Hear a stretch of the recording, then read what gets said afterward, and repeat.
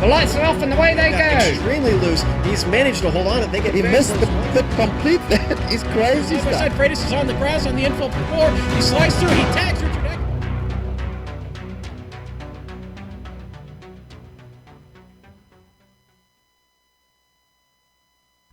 Not far away on a rugged section of the California coast, a lone cypress clings to a barren rock and struggles to survive.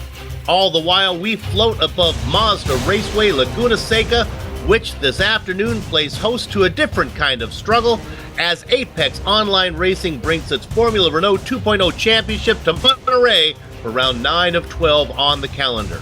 And all the action from both the 40-minute opening feature and the 25-minute sprint that follows can be seen live as it happens here on the Global Sim Racing Channel. From my home state of California, where the world wishes all the girls were from, welcome and hello to GSRC's Countdown to Green. I'm Bill Soups On. Helping me call the action is the Australian sage, Richard Losper. Turning the knobs and pushing the sliders is our director, Amjad Yaman, with camera locations created exclusively for GSRC by its in-house director of photography, Dougie Beard. Now, if you were with us last time from Silverstone, you saw Juni Slavasi take another step to defending his Season 3 crown. Christian Tkach scored a bonus point for grabbing the pole, but when the field came around for the first time, it was the unit leading the way, closely followed by his biggest rival, Jeroen Kwekel. Kwekel stalked Slavasi for 20 laps until finally getting to the lead, but the two came together the next lap with the unit getting the better of it. Slavasi went on to take his 4th race win of the season, while the Earthquake had to settle for 2nd. Former champ Kerry Nolden took 3rd, and as for Tkach, it was not his day, finishing 18th. 24 drivers finished on the lead lap of the feature, with that puts Silvio Hurt on the pole for the sprint event, but inside of Robert Plumley. Hurt was off pace, and Sugar Plum found himself in a jam early, getting together with Vittorio Saltellamacchia. When the dust settled, Manuel Hoyer found himself in the lead for the first lap, holding it until the end to earn his first checkered flag of the season. 2 former champs also found success, as Christian Koch went from 19th to 2nd, and Kerry Nolden went 22nd to 3rd. So who was the overall big winner in England? Well, a win in the feature was enough to make Slavasi 4 points better than Nolden and 10 better than Koch. EVO Motorsports' Rene Oosterkamp came in 4th. Couple that with his partner Hoyer's sprint win, and we'll see just how much EVO Motorsports climbed the standings in the team overlay. Rounding out the top 5, we see that Kwekel continued to lose points to his biggest rival. Now, nobody enjoys a series with multiple winners better than my boothmate Richard Losper. And Richard, with 8 different race winners so far this season, it is pretty easy to get excited when it's time for another AOR event. Absolutely, and a very good day to all our viewers as usual. Let me talk about the track that is called the Mazda Laguna Seca. A very, very good track to talk about. Just give me a second to get the map up here. This track, which is situated on a dry lake bed, I believe. That is Spanish translation of Laguna Seca is dry lake. And it is located only a few miles from, and I just can't get this graphic up here. So what we'll do is we'll segue into the lap guide, and then we will have a look at how these cars will negotiate this track. And I'll come back a little later on and talk a little bit more about the track.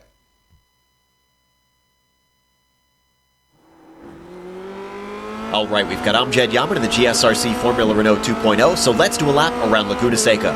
Turn 1 is nothing in this car. Just keep your foot to the floor over the big rise, then drift to the right to set up for the Andretti hairpin. This will probably be the best place for an overtake on the track, but the downhill braking is going to make it easy to overshoot this double apexer. As you come off the exit, bring it over to the left and then get it woed up for 3. This corner really tightens up on the exit, and it's not uncommon to see drivers slide the car off into the dirt on the outside. From there, we approach 4, which requires a little lift even in this high downforce open wheeler. But carrying your speed through that kink will really pay off, because anyone slow will be vulnerable down into turn 5. The camber and compression of the uphill climb means you can get away with braking pretty late, but once again, the speed off the corner is what really counts. Momentum up this steep hill will be pretty important, especially because you don't want to go too wide through turn 6. The elevation is going to continue to rise, and you'll just carry the car over to the left. Find a reference point at the blind rise and try not to lock up the brakes as you set up for the corkscrew. The track really disappears through the first apex of this frightening chicane, and the second apex is a hope and a prayer. But we're immediately into rainy curve. Take a wide entry and hit the apex very late. Then swing the car back to the left side of the track and try to carry your speed through the banking of 10. From there, you've got one last place to maybe sneak a pass in through the final hairpin. Just make sure not to compromise your exit too much, or else you'll be slowed down the main straight. But as we come to the line, we've now finished the lap around Laguna Seca.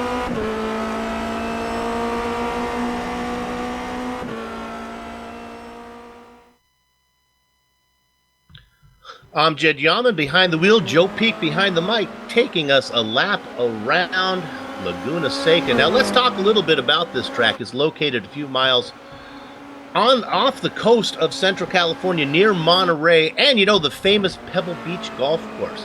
The track was built in 1957. As we talked about, in Spanish, Laguna Seca means the dry lake bed, and if you look around at the surrounding landscapes, that certainly supports that translation.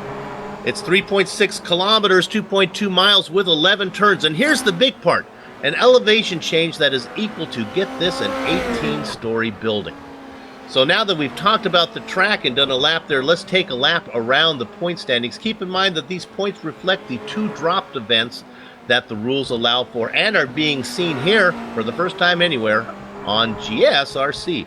Looking at the Drivers' Championship, privateer Unislavasi has stretched his lead from 6 to 21 points over Origin Front Row Racing's Jeroen Kwekel. Zavasi only has 12 points in his pocket, so if the unit does find trouble, the Earthquake could quickly close that gap. TNT's Hugo Prato's hot streak finally cooled a bit, now 48 back of the leader. Another privateer, Christian Tkach, sits in 4th ahead of Fusion's Gunnar Nienhaus. Moving to the Team Championship, the top 3 hold station. But the big news, we talked about it earlier, is Evo Motorsports. Now, you got Rene Osterkamp and Manuel Hoyer. They jumped that team 4 spots. And not only that, they jumped ahead of their sister team, Evo Sonic, that was powered by Andy Cowie and Jean-Francois Gaudin. Now, Richard, we've reviewed the last round, we've introduced the track, gone over the driver and the team championship. We even had a look at the most photographed tree in the world. Let's now talk about, if you're able to, the series details. And yes, I am able to. I've made a few adjustments here. I just had a little problem with my keyboard. Let's talk about the series details. So this is season number 4, and we are on round 9. I can't believe that we've done 8 rounds already of this series. It's been fascinating stuff.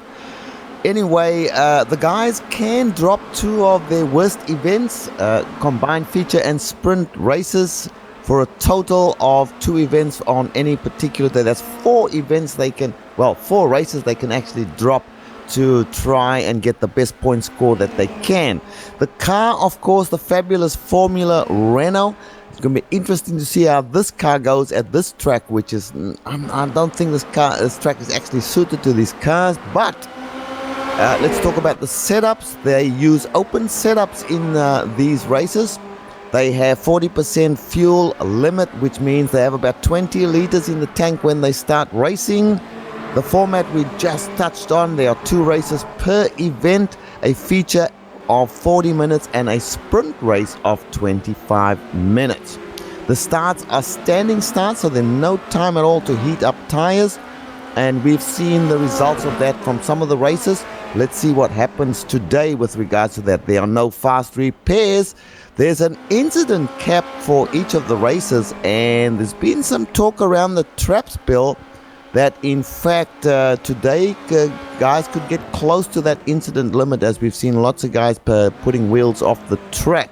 Just quickly, the weather is dynamic and it carries over from a previous practice. Let's have a quick look at the weather today. I am seeing that it is 39 degrees Celsius on track. The winds are 8 kilometers per hour from the west. The humidity is 60%, so high humidity. Not going to be a fast track for the guys today. Back to you, Bill. Yeah, it has clear skies, so the track temperature has warmed up a bit as well. Now let's go ahead and talk about the event format for viewers that are familiar with the AOR Formula Renault 2.0 Championship. This is old news for you, but if you're a newcomer, this is a format that is unique to this series. Now, qualifying is 2 laps, and that's going on right as we speak. But here's what's up. There's a feature race, and it's going to be 40 minutes. We expect them to do 1 stop, and that's a pretty large pit window. It's going to be grid sequentially via this qualifying that's going on right now. There's an incident cap, and like Richard talked about, this is important. You pick up 13 X's, and that can happen here at Laguna Seca. You're going to lose half of your race points. 17 X's, you pick up a DQ. And these are the standard points for the feature race, a little bit bigger than what you'll get for the shorter sprint race. After that, they will re-grid the field. Now, it's inverse regridding from the feature race from all the cars that were on the lead lap. So very simply, if you're the last car on the lead lap, you're going to find yourself on the pole, something that Silvio Hurt has seen himself have a couple times this season. Now, the incident cap for the 25-minute feature race is only 13, and you get DQ'd. And then the points are slightly reduced. You don't get quite as much for winning the sprint race as you do the feature race, but every little point helps, and certainly that's how you can come up with a big score if you can have good results in both. The only driver to ever win both the feature and the sprint was Hugo Prado, who did that a few races ago. Now, Richard, we got about still about 5 or 6 minutes here, about 4 or 5 minutes before qualifying is done. We talked about the incident points that we can pick up here. Let's talk about the first lap and maybe what's going to happen at the corkscrew. Yes, well, let's just recap what this track is all about. So, when you start on a little uphill section, and then you head down the hill into what is known as the Andretti hairpin. Now, that is really your first set of turns that you have, and it's a hairpin. So, you got the guys powering away from a start bill and then having to brake hard for a hairpin. That's going to be very interesting. Then they go through turns 3, 4, and 5, which they have to be a little bit beware or aware of those big red raised curbs on the track, which can unsettle these cars. Then you go into the much feared and very fast turn number 6, which is a left-hander that you take nearly flat out, and then you head up the hill into one of the most famous set of corners in the world, I would guess, Bill, and that is the corkscrew, which is turn 7, 8, and 8A. And then, of course, you hook left down Rainy Curve. So the car starting off from a standing start and then heading over the crest and down into that hairpin, Bill, that's where the problems are going to be, if there are going to be problems. You know, there are a few corners in the world of real-world auto racing where you see it and instantly you know where you are. I think maybe the hairpin at Monaco, you know, you have that, boy, you right away you know where you are. Maybe also Long Beach, that hairpin there. And then the corkscrew. Yeah, there are a lot of iconic racing corners in the world, but none that are so visually obvious as that corkscrew, where they just drop down those flights of stairs. Down they go with the twisting left and right-hander, one of the most visually beautiful corners, I think, and also unique corners looking. All right, we have about 27 drivers who put in time right now. There's still a few big names that haven't been able to get in. One of those right now is out racing Jean-Francois Gaudin. Now, he's still on the track putting in a time. So far, he hasn't. Remember, they have to put in a clean lap. They only get 2 tries at it. He's just about crossing the start-finish line now. Let's see if he actually counted the time, and I don't think so. Oh, yes, he did. Nice job. Jean-Francois got in there. He's going to look like he's going to be sitting inside the top 10. 28 drivers were able to put in time. It looks like 4 drivers did not get a clean lap in. One of those was our winner from last week. Manuel Hoyer did not. He's going to be starting way at the back in 30th position. Well, that's the bad news, though, Richard. The good news is if he can stay on the lead lap, he'll be up front for the sprint. Yeah, and he did win the sprint race last week. Yep. And Manuel Hoyer we're talking about. Let me just very quickly, Bill, talk about Gunnar Nienhaus. Now, Gunnar is fast. He's always up near the front. There you see him again with the fastest time so far in the qualifying. And yet, he tends to not finish very often up in the top 5, Bill. What is it with Gunnar? We really wish him well for today. This could be his race, and qualifying's done, so let's go ahead and bring up the grid right now for you. We talked about Gunnar. He's on the pole. He is 0.3 of a second faster than Uni Silvassi. Kerry Nolden and Jeroen Quakel sit in the second row. Christopher Holstein and Phil Reed. Reed, another champion back there in the 6th position. Ty McLeod and Hugo Prado. We talked about Prado going back-to-back one round. Adam Tierney and Jean-Francois Godin, who just put in that qualifying, gets up into 10th. Richard? And 11 and 12th place, Rene Oostenkamp and Evan Imre. Then we have 13 and 14, which is Knut Martensen and Yannick Nienhuis, brother of Gunnar. Then the next row is Patrick Kessler and Jordi Lopez Jr. There's a new name. Then in 17th and 18th place, Andy Cowie and Frederick Beckman. They're starting to grid up, so let's get through this. 19 and 20, Lawrence De Rijk and Sarah Dove. Hidden Blackjack, Robert Plumley, inside of Odd Jonas Villman. Stephen the Flying V Chambers is in the 23rd position. Jarno Hertz outside of him. 25th and 26th is Darren the Juan Potter and Vittorio Saltalamacchia. 27th position, Luke White. Silvio Hurt, who we talked about, last car to put in a qualifying time. 4 drivers who did not put in a time: Christopher, last but not leaster, Lee and Robinson, Manuel Hoyer, who won the sprint race last time around, and Dylan Hember, 32nd.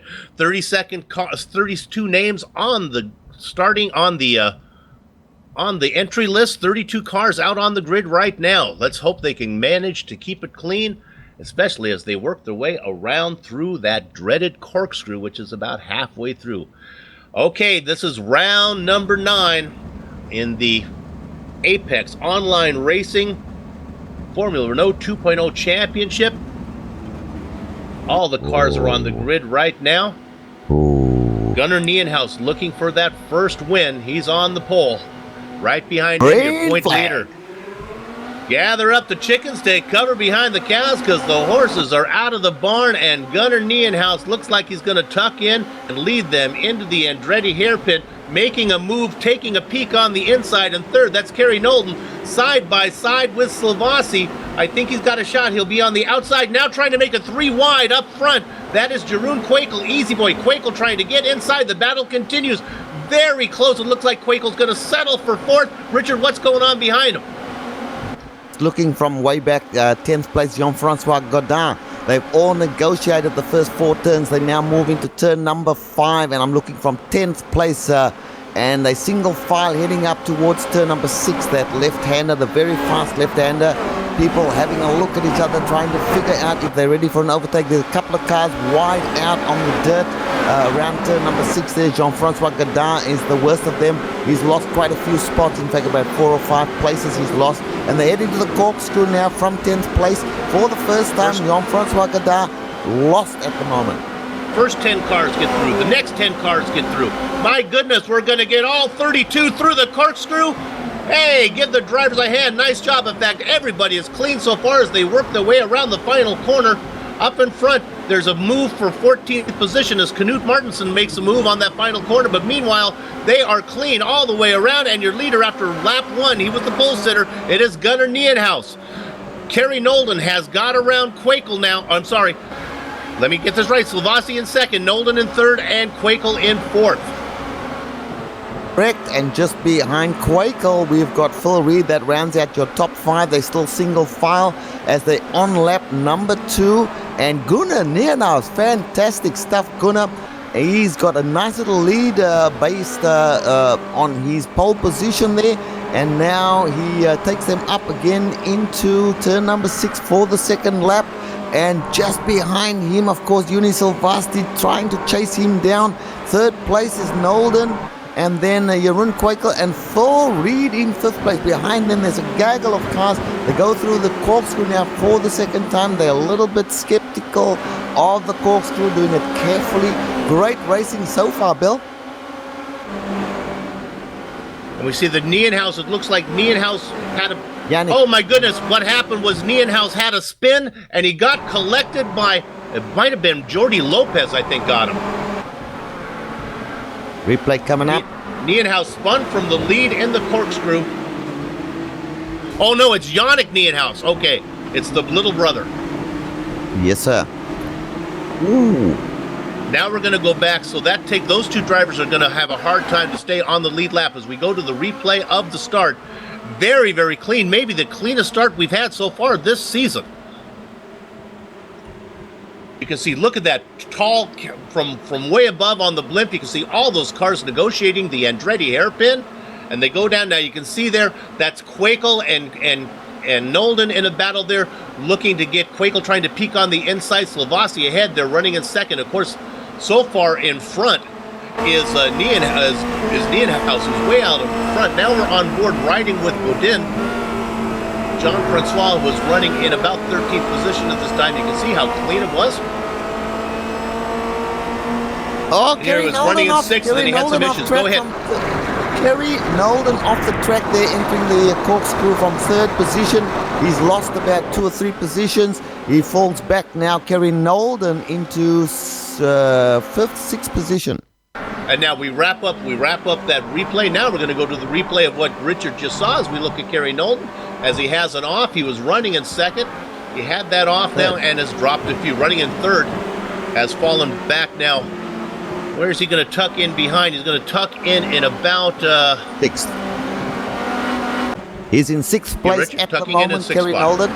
He didn't lose the car. He didn't touch anything. He's still racing and racing hard, but he's lost. He's gone from 3rd to 6th. So 3 places lost there, but he's back in it again. Good on him. Now, just having a look up the front there, we still have Gunnar Nienhuis leading the race. I'm having a look at the gap. It's about 1.4, 1.5 seconds to 2nd place, Juni Silvasti. Juni Silvasti doesn't seem to have anything for Gunnar at the moment, but that is not to say that Juni Silvasti won't come good later on in the race. We've seen Juni Silvasti in this position before. But Gunnar doing well at the moment. I'm too scared to put a camera on Gunnar in case I put the markers on him, Bill. All right, well, I'll roll the dice. Let's go to 19th position. Look at Manuel Hoyer. Why are we talking about him? Well, he wasn't able to put in a clean qualifying lap and actually had to start in 31st position. He's worked his way up to 19th now. He's your big mover, up 12 spots, and his next on his list is the Flying V, Stephen Chambers. Fantastic stuff. I'm going to go back to Hugo Preto in 8th place at the moment. They are just finishing off lap 4, going into lap number 5. They come to the Andretti hairpin now. Hugo Preto, he can see in front of him 3 cars. Well, there are more cars there, but the first 3 that he's looking at is, of course, Ty McLeod, who's in 7th place. Then in front of Ty McLeod, there's Kerry Nolden, who dropped back to 6th place from 3rd. Then Christoph Holtin, isn't he having a good race today? And then Phil Reed, and Phil Reed is the, I believe he's the teammate of Gunnar Nienhuis up front there, and just having a look at him, he has a big bobble out of turn number 5. Now he goes into turn number 6. He does that very nicely, a little bit of a bobble there as well. But so far, Bill, I am impressed is the word at the way these drivers are driving this track. Yeah, we were looking at that battle. You're looking at Reed right now, probably the best battle on the track, trying to hold off Holstein. Nolden back there as well, trying to make up for that mistake. McLeod in the mix, and then the last one that Richard talked about was Hugo Preto. Preto notorious for being able to work his way through the field. Great battle going on. 4th, 5th, 6th, 7th, and 8th. Trying to get into the mix is Adam Tierney. We got somebody into the wall. Who was that? That was Holstein coming out of the final corner. He looped it around, nosed it into the corner. Nobody nosed it into the wall. Nobody else gets a piece of him. And now he's stuck there. He loops it around, gets the car going, but he's going to fall back several positions. Car is broken, Bill. He's got to take the tow, and he's in the pits right now. He's taken the tow. That was a hard hit into the concrete wall there, big concrete wall. Yeah, basically he had to take the tow from while he was right next to pit lane. That means he has to loop all the way around before he'll get to go again. His race is pretty much over. We'll see him in the sprint race later on. Now, let's go back to the battle here with Hugo Preto, Ty McLeod, and then now Kerry Nolden, Phil Reed as well in that. So 4 cars, there was 5 cars last lap. Now there are 4 cars battling for what is the 4th position. And just ahead of these guys, of course, you've got Jeroen Quakel, the big name, Jeroen Quakel. and Uni Silvasti, perhaps even a bigger name in the series, and Gunnar Nienaus. I'm going to put the cameras on Gunnar. He comes out of the final corner there, turn number 11, heads up the straight towards the hill and towards the hairpin once again on lap number 7. We haven't spoken about pit stops, Bill, but we'll mention that these guys have to do one pit stop to finish the race. 40 minutes of... okay, we're going to go back. Let's look at Francois Godin in 15th position. He just got tagged in the final corner. Sorry to interrupt, Rich. He came in and making a dive bomb on the inside, and if you look dive bomb up in the dictionary, you'll see a picture of Lawrence de Rijk here. Not sure where Lawrence was going. They call him sudden strike, and boom, that was a sudden strike.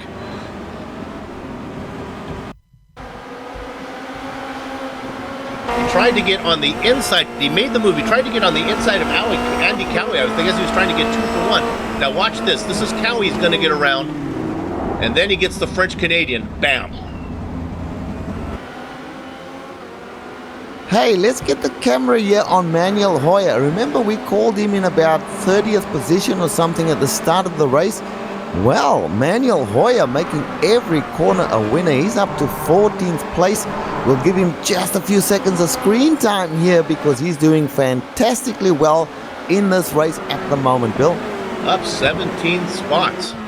His goal was to finish on the lead lap. That seems like a certainty right now. Not much going on up front as the lead is quite substantial between Nienaus. No reason to go there. Silvasti, Quakel, no real action going on there. Even Reed has pulled away from Nolden. They are nicely separated. So let's see. We'll go farther back in the pack and see if we can pick one up. Director? Yeah, we 3 cars. Go to McLeod. Okay, we're going to go to 15th position. Here's Stephen Chambers, and we talked about him. This is Robert Sugar Plumley. Battle for 15th. These guys are right behind now. We talked about Manuel Hoyer. Well, Hoyer just got around these guys, so now we're looking at Chambers trying to fend off Plumley. Richard, we've seen Plumley before. We've seen him be defensive. We haven't really seen him be much, try to make many passes so far. So we'll watch this for a little while. Everything's pretty stationary up front. Well, it's about to change because Hugo Prato has just closed the gap to Ty McLeod coming through the corkscrew. He's lost a little bit of ground once again, but he was right on the bumper there of Ty McLeod going into the corkscrew. So Hugo Prato trying to to improve his position from 7th to 6th. And not happening at the moment. So back to you, Bill, once again. Well, I think we'll sit there. We can drop back just a couple spots. You can see him on the screen. You look at Tierney is trying to fend off Rene Oosterkamp. Now, Oosterkamp already has a win this season. Oosterkamp looking for a good drive. I think he's going to get this done pretty soon here. Let's see where the passing zone is. They work their way around the first corner. Now they go through the right-hander before they go up into 3. We'll talk about this. Look at Oosterkamp. We're talking about, in a second, Richard, one of the scariest corners on the iRacing service for me, and that's corner 6. Yeah, corner number 6 is, we spoke about it, you go up the hill, it's blind, completely blind. There's a big fat red raised curb there that you've got to be aware of. There's also lots of runoff there into the dirt, which can send you into the wall left or right side, and then you head up towards the corkscrew. What could be more scary than that? Oh, Oosterkamp gets right behind Tierney. My goodness, he put the nose right in his gearbox. Could smell the oil burning. Trying to make that pass, but those are not very easy places to make a pass, Bill.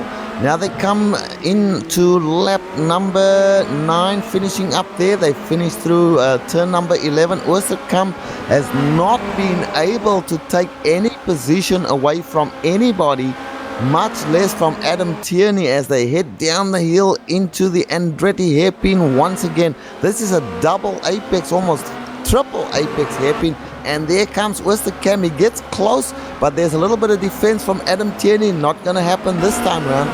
Tierney racing like a kidney stone. Hard to pass, but I think he's going to get it done as they go side by side now. It's a Cialis bathtubs as they head up into corner number 5. Here comes the left-hander. They're going to get that done, and Tierney has the preferred position, so he's going to be able to hang on it. Now they're up the hill, looking to get into 6, and I think Tierney's going to hang on, and Oosterkamp's going to have to wait one more time. That's right, Adam Tierney, we've seen this before. Very good defensively in that green car of his. Here comes Oosterkamp, side by side into the corkscrew. That is not advised, folks. Take it from Richard Loss, but not advised too wide into the corkscrew. The battle continues. It's only a matter of time between Oosterkamp gets around. We'll check back on that one a little later. Let's go up 4th. Looks like 4th position might be running into a battle here. This is Reed. Well, Sal Telemakia had some trouble. Let's see. Oh, let's look at Sal Telemakia. He got loose in the corkscrew. Got tapped by Frederick Beckman. Boy, there's nowhere for Frederick to go when a car gets loose in the corkscrew. We can watch it here from away, and then the car to go in. If we get another replay of it in on board with Beckman, you see he had no chance. There you see the car getting loose in front. That's Sal Telemakia. And now we're going to work with Beckman and Richard. You'll get a real idea of what the corkscrew is like here as it pulls away from you. And there's just no room to negotiate. Fantastic camera shot there as we with Nienhouse there, and now Beckman, sorry. And there's car loose in front of him, and of course that's where the accident happens. Tragic stuff there, but as you say, what a good view of the corkscrew.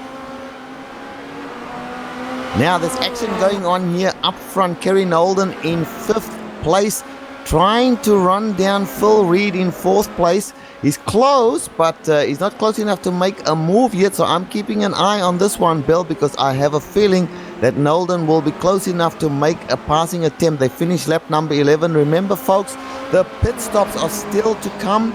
We are, let's see how many minutes, elapsed time is about 16 minutes, so plenty of racing left in this race. We're not even halfway yet. And let's close the chapter, go to 8th position here with Rene Oosterkamp. We can report that he finally did get around Tierney, was able to pass the kidney stone that was Adam Tierney, and now has made the move up into 8th position. Tierney drops down into 9th. Kidney stone? Yeah, Kidney stone? Now you got to explain hard to pass, that one. that's all right, hard to pass. Okay, Nolden trying, still trying, can't get a Phil Reed yet. They go up the hill once more towards turn number 6. This corner is so tight, and it seems like it's an easy corner, but there's so little runoff for you to stay on the track. This track, by the way, Bill, is quite narrow for the speeds that they do around here. Yeah, it's great for motorcycle racing. When you put 4 wheels on the vehicle that you're racing, it gets a little tight. Okay, let's have a look at Jeroen Kwekel. He's in 3rd place. Up ahead of him, Christopher Leester, which will be a lapped car.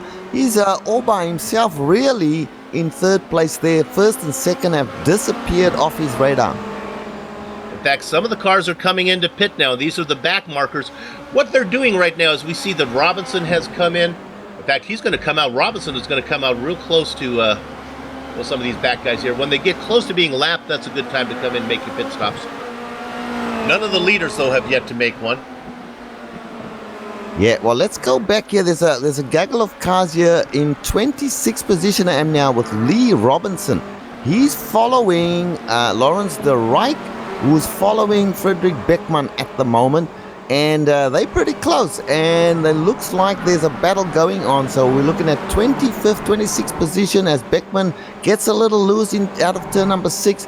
But battle's going on here. Here comes Lawrence de Rijk into the corkscrew, makes the pass on Beckman, then gets loose, slides the car. Bit of battle's going on here, Bill. And those cars have all made a stop. Now we're saying we heard something from Slavasi. Let's see what's going on with Uni. He's still out there, but we look here that Slavasi has lost some time. We'll see if we can see what happened to him. No, I don't see anything other than he's just off. Oh, the corkscrew, maybe. He blinked out a little bit from me. He looks okay. I think it might be a case of traffic, maybe. Okay, our director, because he is really good, director has found where he lost 2 seconds this lap. There you see it. Issues through the corkscrew here as we're going to watch one more time. again, with this another shot of us. We're right on above the driver's helmet. And you can just see him work his way through there. And he's just a little bit off pace. All right, as we come back live, I'm with Quakel, who's come up on that battle between Robinson, and he's just passed Robinson going into turn 6 there. Frederick Beckman, of course, and Lawrence de Rijk. So Quakel having to negotiate some traffic. He's overtaking those cars.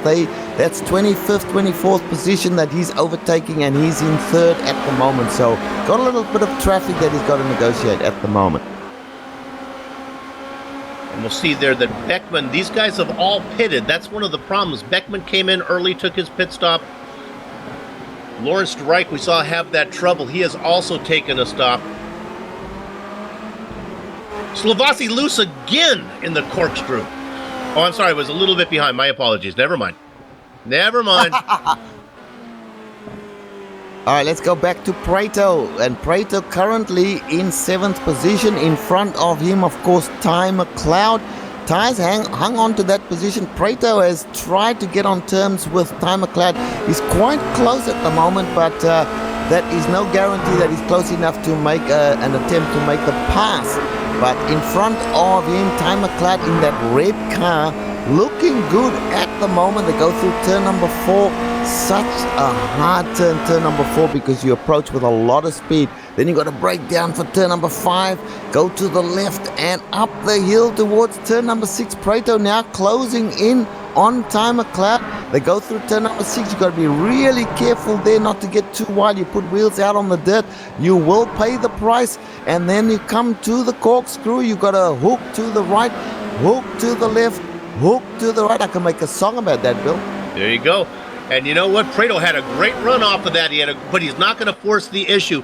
McLeod goes wide. McLeod up in front in that red machine. Prato behind him, and I'm going to call it the citrus-colored car of Prato now. As they work through this final corner, look at Prato trying to get wide so he can get a good drive out of that final corner. Oh. And he gets loose. He pressured him, and there goes McLeod. He's sitting there. Careful, careful, careful, careful, Ty. You have room to... Oh, he's going to back up. Are you okay? It looks like there's nobody behind you. Nice job, Ty. Wow, and that's the second car that we've seen head into the wall there in exactly the same place. He didn't touch that hard. I forget who the other one was, Bill, but he's going again. So good on you, Ty McLeod. That was a matter of Prato just putting the pressure on him, and the sweat got to him there as he had a little bit of a mistake. I want to move correct. quickly as soon as we come. Are we back live? I want to go to the 4th position here. Now, this is Phil Reed. He's being chased by Kerry Nolden. And remember, Nolden had that trouble, so he's trying to make that up. What is interesting in the spin right in front of him? I thought it was going to be an issue. That was Frederick Beckman, but luckily he spins out of the way. There was a battle going on between Beckman and Lee Robinson ahead of him. And sure enough, Richard, you do this long enough, you can kind of feel where things are going to go south. And that was one of them. That's true. And you can also we know these drivers pretty well now. And we know who the guys are that can kind of hold things up. And here, let's stay with Nolden at the moment. Nolden is on the back here of Phil Reed, who's on the back of Robinson. Robinson will be a lap car if these two guys manage to pass him. And he does move out of the way there. Nolden and Reed both pass, heading into Andretti. And they come through turns 2 and 3. Now they head towards turn number 4. And I think that Phil Reed has done a nice job of staying up there in the top 5, Bill. All race long, he's just been out there ahead of those guys, just putting in the laps, doing a good job. We don't need to go there. I just want to report Manuel Hoyer has made it to 13th position. It looks like that's where he may level out there, as it's going to be a long gap to get to Knut Martinson and Patrick Kessler. Maybe we can run down some of these guys back from 11th position back that we haven't seen much attention. How about 11th here? Patrick Kessler running there. He's got about a 1.5 second lead over Knut Martinson. Came up and run him down at 12th. Got about 7 seconds before Howard gets to him.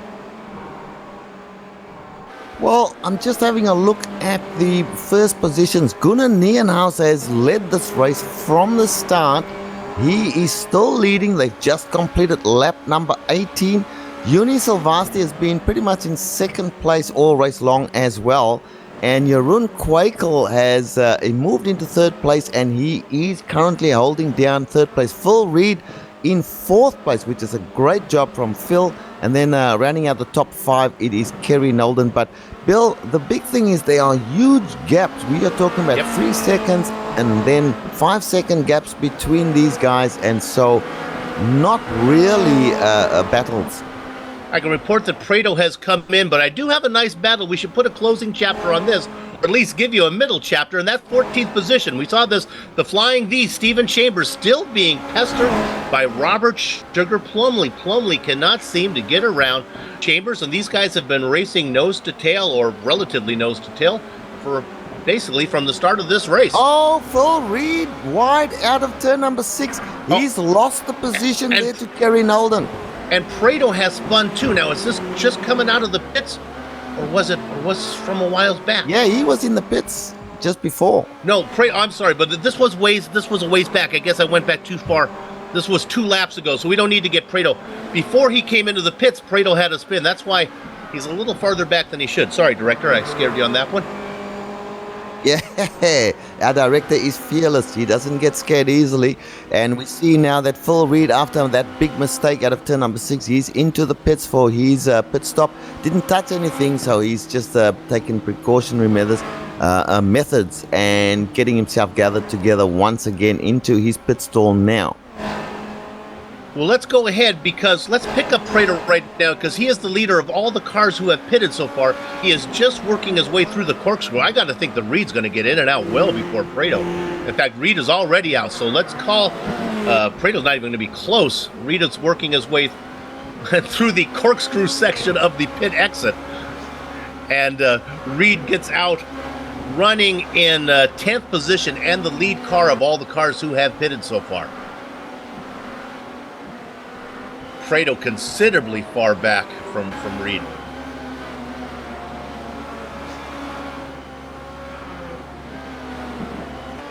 Should be just about getting into the window. In fact, as I say that, our leader is in. Gunnar Nienhuis has come in. Let's see if the others follow. Silvassi stays out. Kwekel stays out. Nolden stays out. Oosterkamp also. Gunnar Nienhuis trying to go wire to wire, has not have any issues so far. Has a nice clean pit stop, is going to be coming out well ahead of Reed. Now, as you look at this, now watch this. This is the longest pit exit you want to see. Just when you think it's time to go out on the track, no. You have this little exit road. You have to do what I call the hairpin of the pit exit. And now you finally entrance back out there. Nienhuis cycles back out in 5th position. We're going to look at 7th position real quick. Look at this battle. This is Emery being challenged by McLeod. McLeod's behind him in the red car. Emery up front.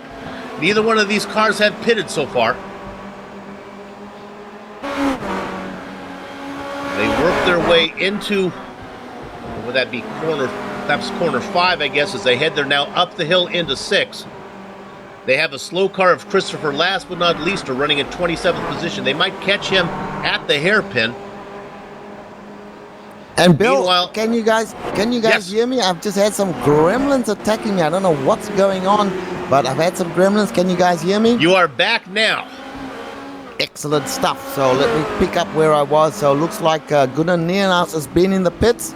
René Oosterkamp currently in the pits. Gunnar Nienhuis, of course, Kerry Nolden, Jeroen Kwekel, Juni Silvassi have not been in the pits yet. So if it looks like Kerry Nolden had a big problem, he hasn't. He's just made his pit stop. Oosterkamp is in, so let's see if he's going to... There goes Reed. Let's pick up Phil Reed right now. Reed is just going across the start-finish line right now. How does that relate to Oosterkamp is rolling? Reed's going to jump him. So Oosterkamp's going to fall back one more position. Yeah, and it looks like our top 3 guys have not made the pit stop yet. Adam Tierney, Gunnar Nienhuis is the one of the leader who's of course made his pit stop. So we'll see how that works out for him. Yuni Silvasti in second place. Let's wait and see when he gets into the pits. And of course, Bill, we're getting to the two-thirds part of the race, I guess now. There's only about 10 minutes or so left in the race, so the guys who have not made their pit stops yet will certainly be thinking about it now, because not much time left in the race. Yeah, now right now, the car that is still ahead of Nienhuis, which is, I think, is the Magic One in 22nd position. Darren Potter is still out there running, looking to see who's going to be the last car on the lead lap. He is running still ahead of Nienhuis. Lee Robinson about to be passed by Nienhuis, so I think maybe Robinson is next to go a lap down. Our leaders, though, still have yet to come in. They got to be coming in this time, Rich. Yeah, I think so. Yuni Silvasti is currently leading the race. He was in second place for most of it, so we think that Gunnar Nienhuis might get his first position back after the pit stop cycle through. Jeroen Kwekel, I've got my camera on Jeroen Kwekel at the moment as he's going through the corkscrew. I want to see if he's going to make a trip down pit road this time around. Kerry Nolden the same. He hasn't made a pit stop yet either, so let's I'll just keep an eye on what's going on with these guys, with Jeroen Kwekel heading into pit lane now. Silvasti stays out. Nolden comes in, so I don't know how the unit can be fast and have good fuel mileage as well. So let's go ahead, and we see Kwekel coming in and Nolden coming in. Let's see if we can pick up Nienhuis. the driver in fourth. Look at Nienhuis, and he goes by right now. Nienhuis should get his first position back quite easily because he had a big gap on these guys before the pit stops, Bill. The next car on the lead lap is Phil Reed, but he's just coming through the final corner right now. So rolling is Nolden. He's going to get out ahead of Reed, and so does Kwekel, who comes out well ahead of Nolden. So right now, your running order of the cars who have pitted: Nienhuis, Kwekel, Nolden, and Reed. Osterkamp, 1, 2, 3, 4, 5. Silvasti and who's the other? Tierney yet to come in. Yes, those are the two guys, and all eyes on Yuni Silvasti. Yuni Silvasti was pretty far back from Gunnar Nienhuis as Yuni comes in now, and I think this is where we'll see where is the Nienhuis. I'm pretty sure he'll get first place back.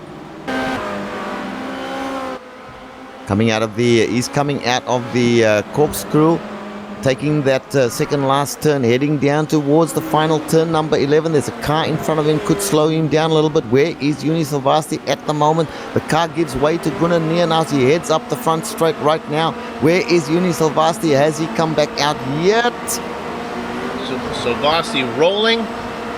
Nienhuis goes by. The question is, who will get him? Will the other guys who got him? And I don't think so. I think Silvasti's going to come out comfortably in second position. That is correct. And you know, I'm sure these drivers must be cursing that exit lane from the pit area. It is a tough exit lane, especially the last part of it. You mentioned before, it's the corkscrew of the pit lane. I like that. Okay, I want to go to a 13th position real quick. This is Stephen Chambers and Robert Plumley. They have made their pit stops, and they come out in the same position they have been the entire race. They just got around, actually, Sarah Dove coming in to make her stop right now. I think Sarah let them by. She was ahead of them a minute ago. She knew she had a stop to make. So she has come in. But look at now, let's look at the, I think Plumley has a run.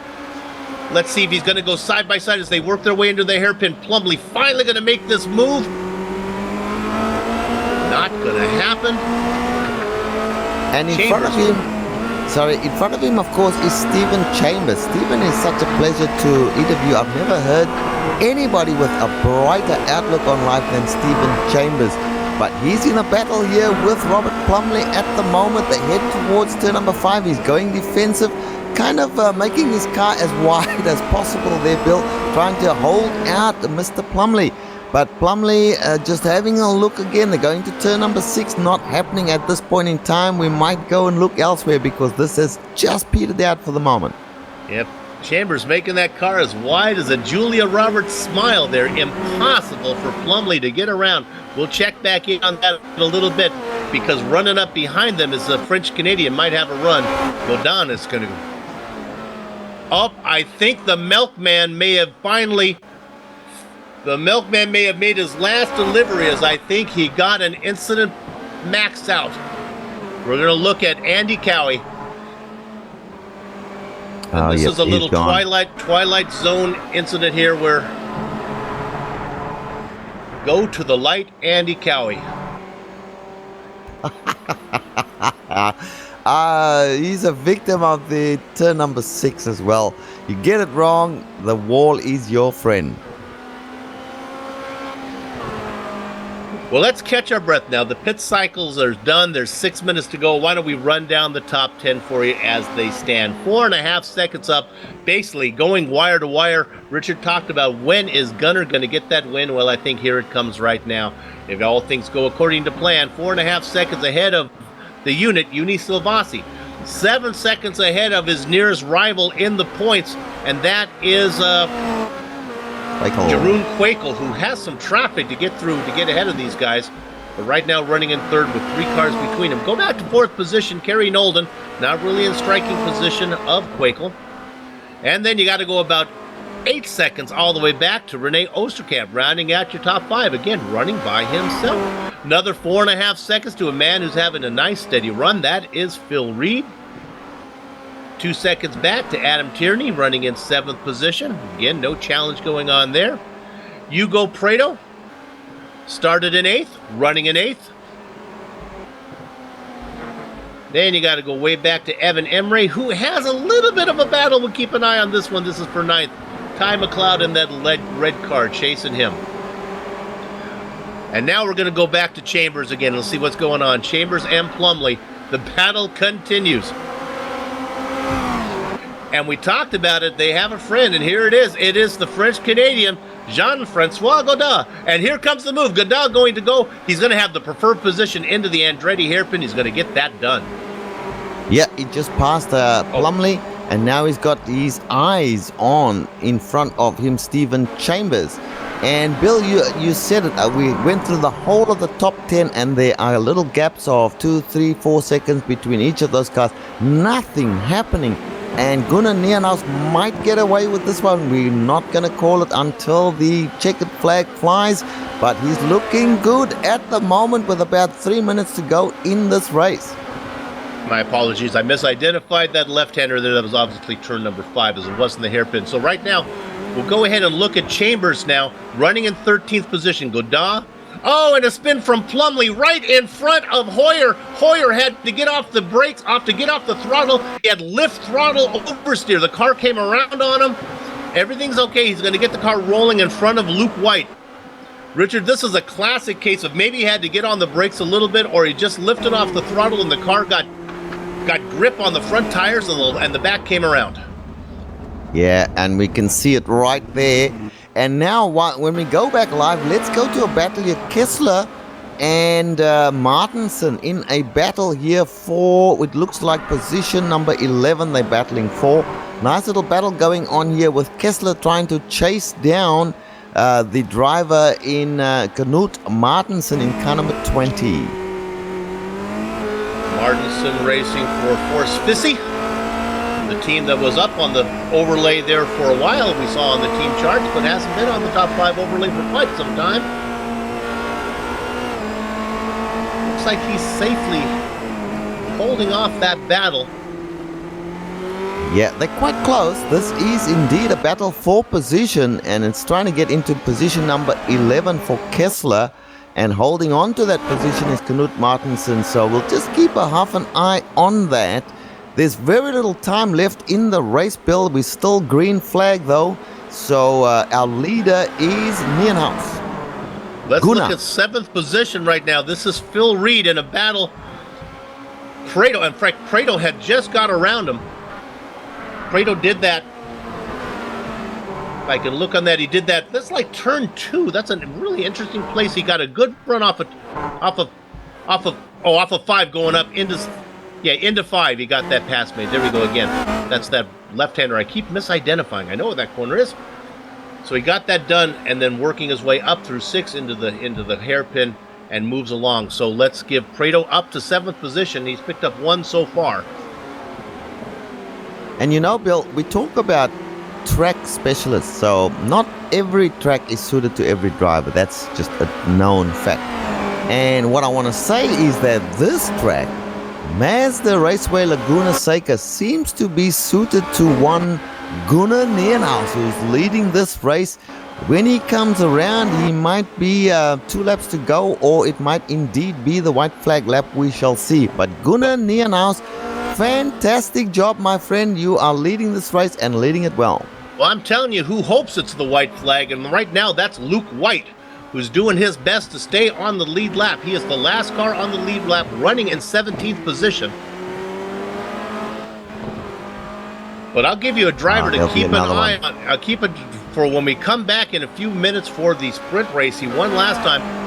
Manuel Hoyer is running in 16th position right now. He's going to finish on the lead lap. I expect him to be starting on the front row of the sprint race. Look for him to be another contender for a win when we come back. Yes, and that will be, you mentioned it, Luke White. But no white flag there for Gunnar Nienhaus. He'll have to go around one more time to get the white flag. So he's going through turn 4 at the moment. But he's been so comfortable all race long. When last have we seen a flag-to-flag leader, Bill? I don't think we've ever seen that before. Yeah, and of course it's not quite flag-to-flag because they do lose that when they come in. It really is, and all justification is flag-to-flag, but they do lose the lead when they come in for the pit stop because Nienhaus made that early stop. So he didn't, when you look at the chart, he won't have that number 54 on the top all the way across. Oh, you're quibbling about details. Yeah, that is ticky-tack, isn't it? And here he comes. He comes through that right-hander heading towards turn number 11. And this will definitely be the second last time he comes onto this straight here. He heads down towards... we're getting information that the... Looking at that battle with Kessler that's on screen right now for 12th position. And it looks like Martinson fending off Kessler right now. There's also another. We look at this battle. We'll try to cover all these. We'll stay on this one. There's another battle for. As soon as this settles down, let's see. Boy, man. Yeah, let's go to P8. This is the other one we're looking at. This is Reed in a battle here with behind him is Emre and McLeod. This is a 3-car battle. All this going on. Now we go up to P6. This is the other battle that's going on. This is Tierney being challenged by Prado. Remember, Prado was trying to make that move. He just got around Reed, and now he's trying to get around Tierney. Everything heating up here on the last lap. All this going on while our leader is well out in front. Yes, and Gunnar Nienhaus is coming through the corkscrew at the moment. We've got to keep our eyes on our leader. Gunnar Nienhaus coming through turn 10 now. Then, Bill, he will be coming to the final turn number 11, for the last time heading towards the checkered flag. Round number 9, it is the feature race winner. It is Gunnar Nienhaus in the ARO Championship, Formula Renault 2.0 Championship. Slovasi gets second. Let's see if we can jump back to those guys. Let's look at Tierney. Tierney working his way through the corkscrew right now, ahead of Prado. This is a battle for 6th. I think Tierney's going to be able to hold this off as they have 2 corners to go. Yeah, Adam Tierney has done magnificent defense all race long, and we know that he can defend like crazy.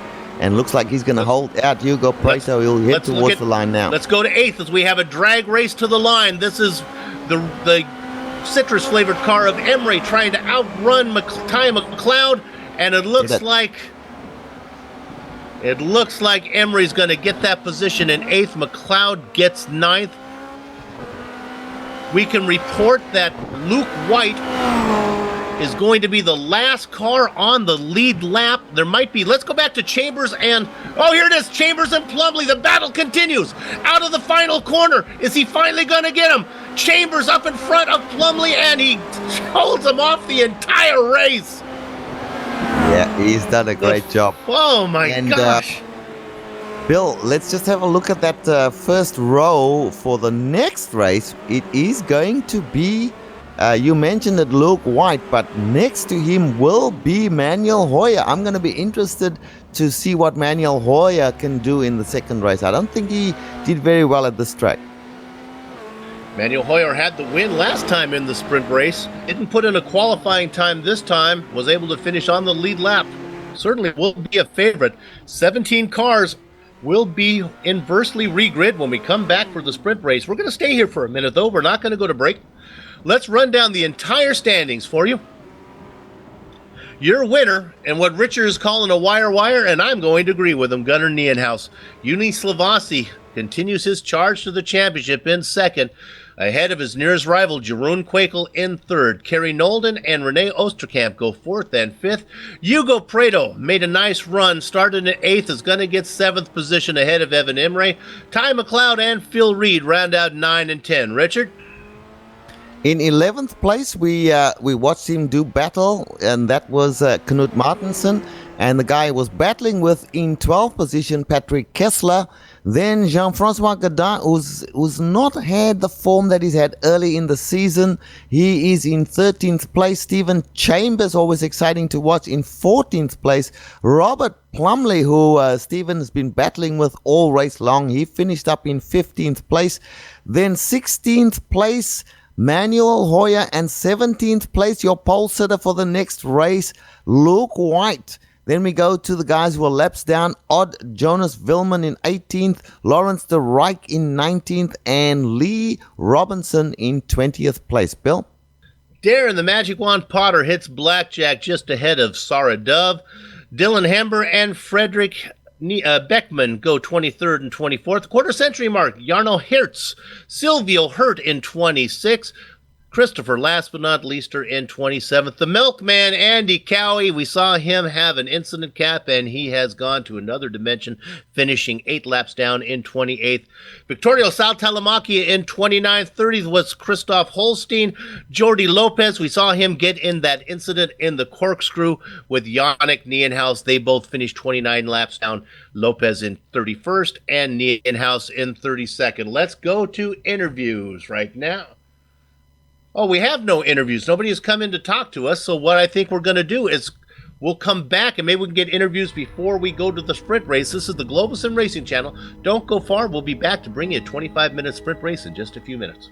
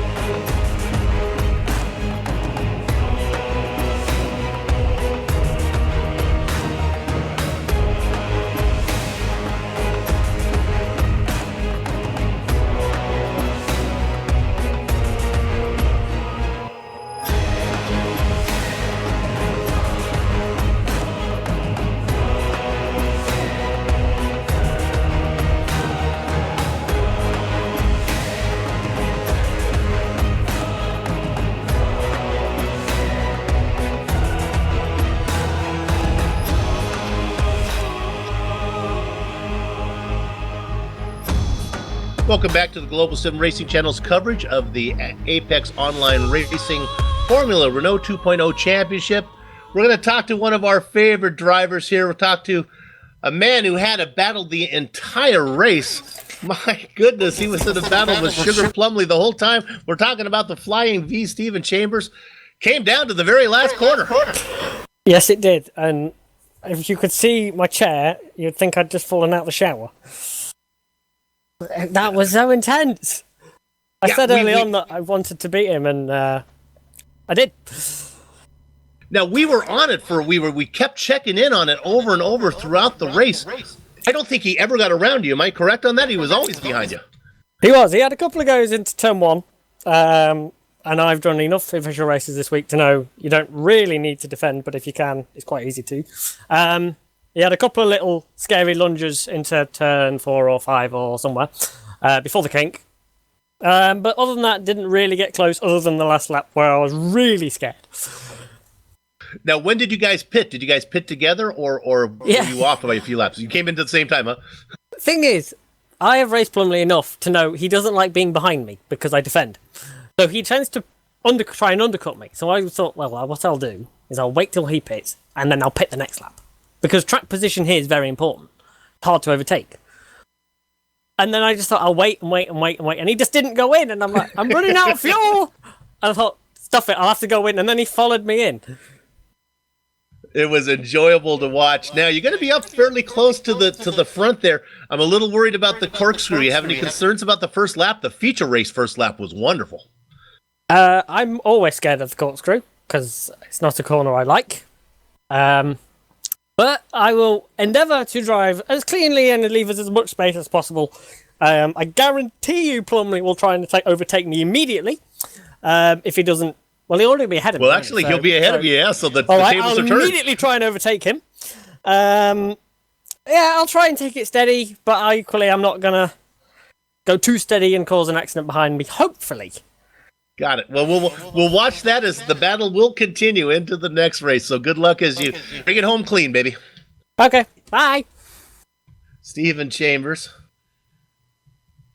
going to be starting ahead of Robert Plumley. All right, well, we're going to take another short break so we can get things set up for what's coming up. Don't go too far away. We'll be back in a few.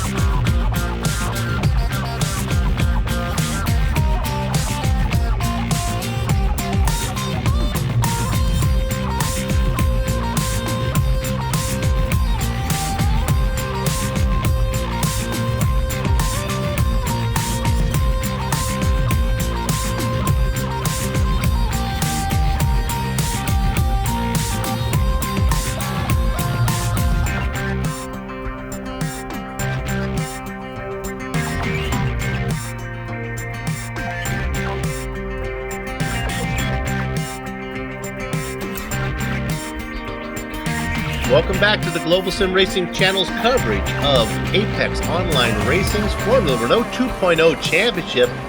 This is round number 9, the second half of the doubleheader. We just went through our feature race, and now we're in the 25-minute sprint race, which will have no pit stops and for a little less points. In fact, let's go ahead and show you how the points difference and how that works, as we can see the difference between what they would earn in the feature race. You see the feature race there in yellow, and then the sprint race in blue. You get 32 for winning the feature, 20 for winning the sprint, and of course the feature pays all the way down to 20. The sprint race only pays down to 16th.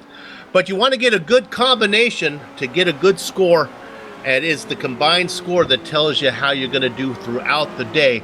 Right now, the man with the big score, with the lion's share of the points, was Gunnar Nienhuis, Richard. He was really the cream of the crop, but he's got his work cut out for him now. Oh yes, he will be starting in 18th place. He'll be the last car of those that were on the lead lap. So Luke White, Manuel Hoyer will be on the front row. And that is our winner. Gunnar Nienhuis will be in position number 18 at the start. I'm going to have my cameras on him. And then you heard us talk to the Flying V, Stephen Chambers, who was in that battle with Robert Sugar Plumley the whole time. Well, the Flying V and the Sugar Plum are going to start in row 2. But this time Plumley's going to have the best of, is going to be inside of Chambers. Keep an eye on... we like Hoyer as a real threat here. Remember, he put in that bad qualifying time, and in fact, he put in no qualifying time, but he was fast, worked his way through the field, then it leveled out, had a little incident. He won last time in the sprint race at Silverstone. Look for him to be the favorite to do it here again. 25 minutes, Richard, for these guys to get all the way through. Let's hope that they can manage the corkscrew as well as they did the first lap in the feature race. And we've got to certainly give kudos to all the drivers. The start in the first race was magnificent. Great start. Cleanest start we've seen all season. Let's hope they can do that in the second race here. Somehow, I don't think so, Bill, because you've got Gunnar Nienhuis and Quakel and Silvasti with places to go. Yeah, it was a slightly different animal we're going to see here. In the feature race, we had all the fast cars in front, and the field just kind of stretched out nicely into a single file as Nienhuis and Silvasti and Quakel and Nolden all pulled away from the slower cars in the back. Well, that's not what we're going to see. By the time we get to the corkscrew, those fast guys are still going to be hungry and maybe have already made 2 or 3 passes to get to the corkscrew. So they're not going to be in such a nice single file line, or at least stretched out as much as they were before. Hopefully they'll be patient. They got 25 minutes. I know it doesn't seem like a lot of time, but you'd be surprised how much passing those guys can get in back there if they just be patient. But we'll see how it goes. It is a tall order that this series tries to do, and if things go south, it's really, you got to give them credit for even attempting such a feat. A lot of series wouldn't even consider doing this because it would be a certain disaster every time. Yeah, when things go south, they go all the way to the South Pole, Bill. So we've seen, mind you, let's just mention this. We've seen guys like Hugo Preto start from almost dead last in that second race and win. So it is possible, and let's hope we just have a nice clean start. That's always what we want to see. We'll do our best to cover all the action. It'll be frantic early. Some other drivers to keep an eye on, Jean-Francois Gaudin. You know, we haven't heard much from him. Richard mentioned that too. He's kind of a quiet driver until he's not. He kind of decides until he shows up. Right now, he has the second fastest qualifying, or a warm-up time right now. And he'll be up in front of some of the faster guys. Yeah, and let's just have a look at the warm-up. So fast as the warm-up, Yuni Silvasti, Nolden's up there. You mentioned that Francois Gaudin, Jean-Francois Gaudin in third place at the moment. Doesn't mean too much because really the starting position for the second race is all important. And there's nobody who is in a better position than our friend Manuel Hoyer, who won the race last week at Silverstone, was it, Bill? That's right. He won the sprint race at Silverstone. And, you know, he was fast in the feature race as well, but just got into some problems, was able to bring it home on the lead lap. Just about ready to go to our qualifying, the grid here is they're just wrapping it up right now. They're Now remember, there is no qualifying that's going to be inverted based on the standings from the feature race, but they're putting in their practice laps right now, and as soon as we get the official news, we can bring this up and quickly go through it. This is going to be a standing start, and we have 32 drivers to get through. And I think we are just about ready right now, so as soon as the magic numbers show up in front of us, here we go. On the pole, we talked about it, is Luke Wright out inside of Manuel Hoyer, my pick to win this one. Plumley and Chambers going to be in the second row. Jean-Francois Godin, watch out for him, and Patrick Kessler make up row 3. Inside of row 4, it is Kmart, Knut Martinson inside former champ Phil Reed. Ty McLeod and Evan Emery make up row 5. Richard? And row 6 is Prato, Hugo Prato and Adam Tierney. Hugo Prato's one to watch. In row number 7, we've got Rene Oosterkamp and Kerry Nolden. Then the big names, Jeroen Kwijkel and Juni Silvasti, they are together. And then finally in 17th and 18th, we got Gunnar Nienhuis and Odd Jonas Wilman. Then in 19th and 20th place, Lawrence de Rijk and Lee Robinson. Back part of the track, Darren Potter, Sarah Dove, Dylan Hember, Frederick Beckman. They're starting to wind up. Jarno Hertz, Sylvia Hurt, Christoph Leister, Andy Cowie. And we'll get to the rest there in a minute. And gather up the chickens, take cover behind the cows. The horses are out of the barn one more time. And leading them into the first corner, it is Luke White. And looking from way back, Gunnar Nienhuis, the winner of the feature race. Hoyer is off. Hoyer is off in the set. He brings it back on safely, but he is going to drop many positions. My pick to win this race now has his work cut out for him as he has fallen well back, probably into about 10th spot.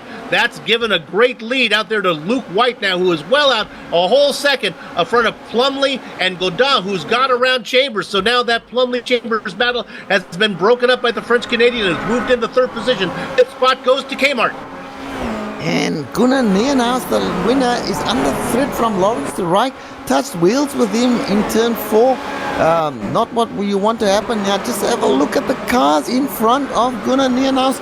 There is no way through for him as they head into the corkscrew. He's being contact, followed. a little bit of contact. 2 cars are off. 2 cars. Everybody is okay. We'll come back. We'll get it in a minute. The 2 cars that are off. It looks like it was, it's Hoyer again, who's had horrible luck. Got into it with Kerry Nolden. Nolden is parked alongside. Again, Nolden has bad luck on the first lap. We're going to go to the replay of the start right now. We're going to go on board. There you can see the above guy. Now we're on board right now with Hoyer. This is the incident Hoyer had on the very, corner number 2. He goes off into the sand. Now watch how he has to wait for the entire field to go by. He brings it back on. Now that puts him back into the mix. We can stay on this maybe for a little while, and we'll follow. Or we're going to skip up. Okay, now we're going to get up. We don't have to stay. We're going to go ahead and jump up into the corkscrew. And this is Hoyer again getting into it with Nolden. And there you see, that's Nolden on the outside. He comes around. Hoyer had that bad entrance. Nolden ends up both the cars parked in the wall. We go back live. And I've been following Gunnar Nienhuis. He's made a pass there on Rene Oosterkamp. Moved up 1 position. He's now in 12th position. In front of him, we've got Jeroen Kwijkel. And in front of Jeroen, we have got Juni Silvasti. And then we've got a gaggle of cars in front of those 2. So that's where I'm concentrating my cameras at the moment, Bill. Pretty darn clean. Other than that incident with Hoyer and Nolden, everybody else still out there racing. We talked about the top 5. That's holding station right now. Phil Reed has gotten around Stephen Chambers. Reed has moved up into 4th spot. My goodness, Reed started in 8th, has picked up 4 spots already. Chambers beginning to fall. And then it gets effective. We look at Chambers right now. This is really where the battle is. Chambers being challenged by Kmart. Prado right behind him. Look at these big names trying to make their way through. And there's a battle between Kwijkel and Silvasti. They are in the minor positions at the moment, but we know that they are fast. Big battle between Silvasti. Traffic in front of them, 3 wide. They go up towards turn number 5. and there's another car in the mix there. Salvasi makes the pass on that car, heading up towards turn number 6. Gunnar Nienhuis in there, having a good look as well. That red car in the middle there is none other than Ty McLeod. He's the fly in the ointment at the moment. Exciting times back here, Bill. The Earthquake has got to be saying, what do I have to do to stay ahead of the unit? One more time as they work their way through the corkscrew. Salvasi has got around and now is distancing himself from Quakel. Quakel being challenged by Nienhuis. Those guys running in 11th and 12th right now. Salvasi on the hunt. Prado is slow as they work into the corkscrew. Salvasi coming up on Prado. I think Salvasi is going to get Prado as he has the momentum. Look at this drive there. Prado squeezing him over. But I think that was the final corner, not the corkscrew. I apologize. And there goes Salvasi, going to get that pass done. Is he going to bring along the driver behind him? Is McLeod going to tuck in as well? McLeod and Prado touch. They keep going straight, though. Prado continues to drop like a pigeon. And I want to tell you, Prado's coming back. He's coming back at McLeod. He takes the position back. And behind them, of course, is Quakel. Quakel goes through as well on McLeod. They go into turn number 4. Now, Quakel in trouble. In fact, Quakel got into the back. That's Prado. Got into the back of Prado. Prado was off in the wall.